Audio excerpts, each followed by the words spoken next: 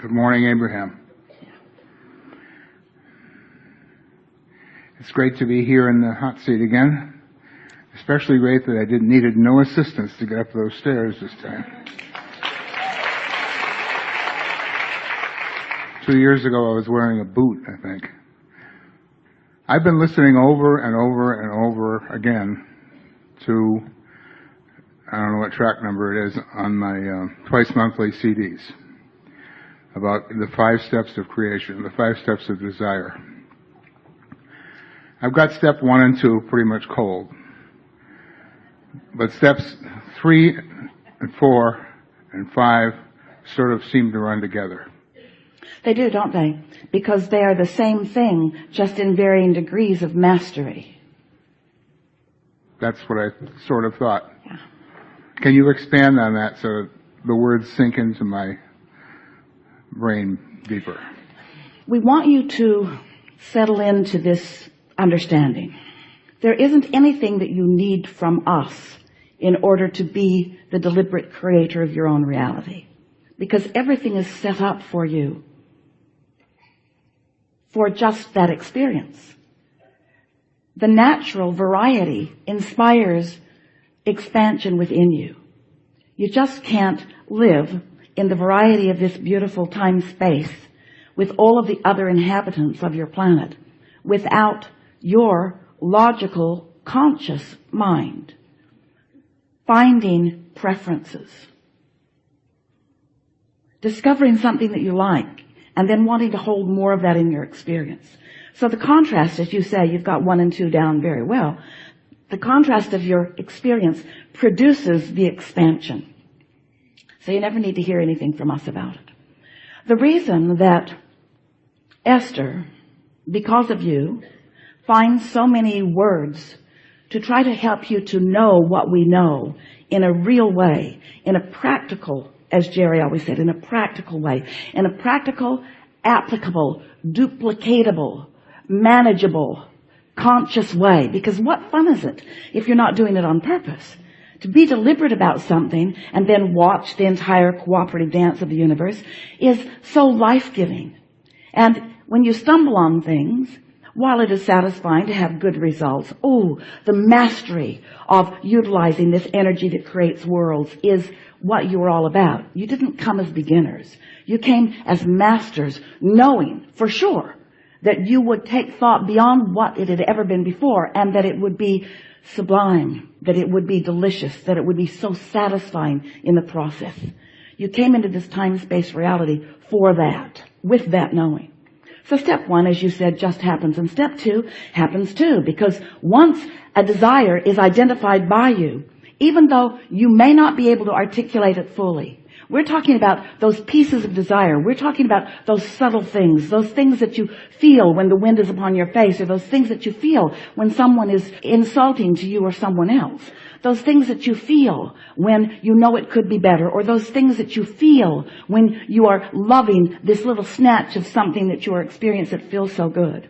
So life causes this expansion, and Source supports that expansion fully, because in the moment that you discover it out here on the leading edge, Source feels in all around it with a steady, constant vibration, so that you could find that place again if you wanted to, if you would feel for it, because it happened, and it happened without your conscious awareness. Most of your desires are born without your conscious awareness.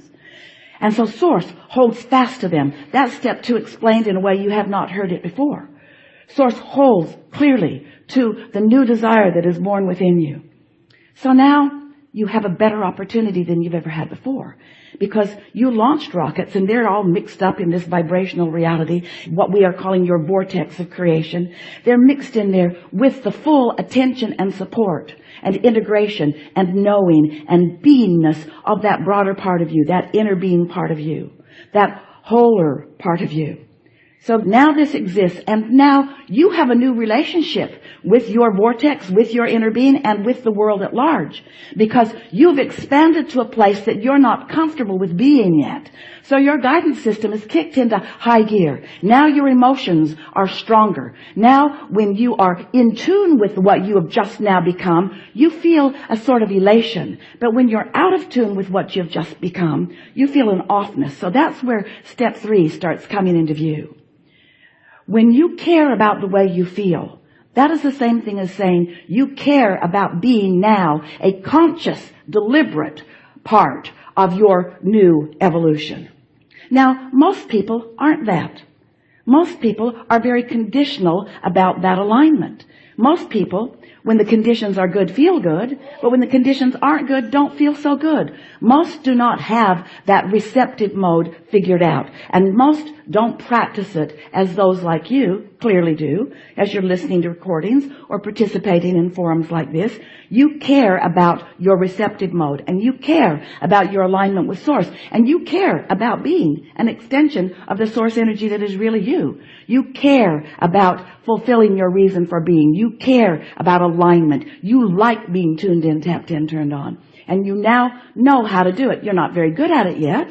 You're just finding a way to do it. But in those beginning stages, you now recognize that negative emotion means what? You're not in sync with the whole of you. You have evolved to something that you are not maintaining. You want to, because you want to feel good, and you want to because you want to turn those thoughts to things. You want to, but you haven't yet mastered it. But now you decide, I can be better at this than I am. I can care about the way I feel. I can begin to guide myself emotionally. I can become more unconditional. I can care more about how I feel than everything else all put together.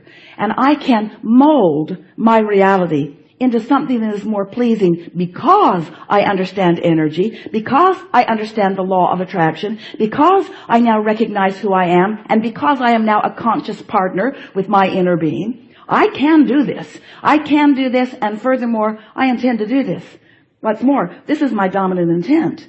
When I awaken in the morning, I recognize that while I have been sleeping, any momentum of beliefs that are not serving me, or even the beliefs that are serving me, has subsided, and I have a sort of fresh start today to choose whether I am going to rendezvous, harmonize with that broader part of me, or whether I'm going to try to harmonize with others in my household or others at work or others. Am I going to be a pleaser of other humans, or am I going to be a harmonizer with who I really am?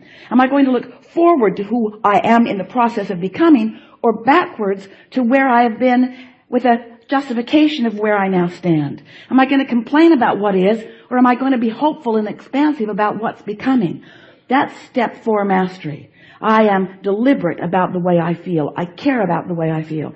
And I'm good at guiding myself because I care about the way I feel. I'm no longer swept up with groups that are led like sheep. Esther watched a little piece of a movie the other day and watched a silly dog. It's on your television, don't look for it. A whole flock of beautiful sheep just all jumped off a cliff. And Esther thought, I didn't see that coming. I didn't see that coming. It was a beautiful field. They were beautiful sheep. It was a cute little dog just barking and barking and barking and leading them and leading them and leading them.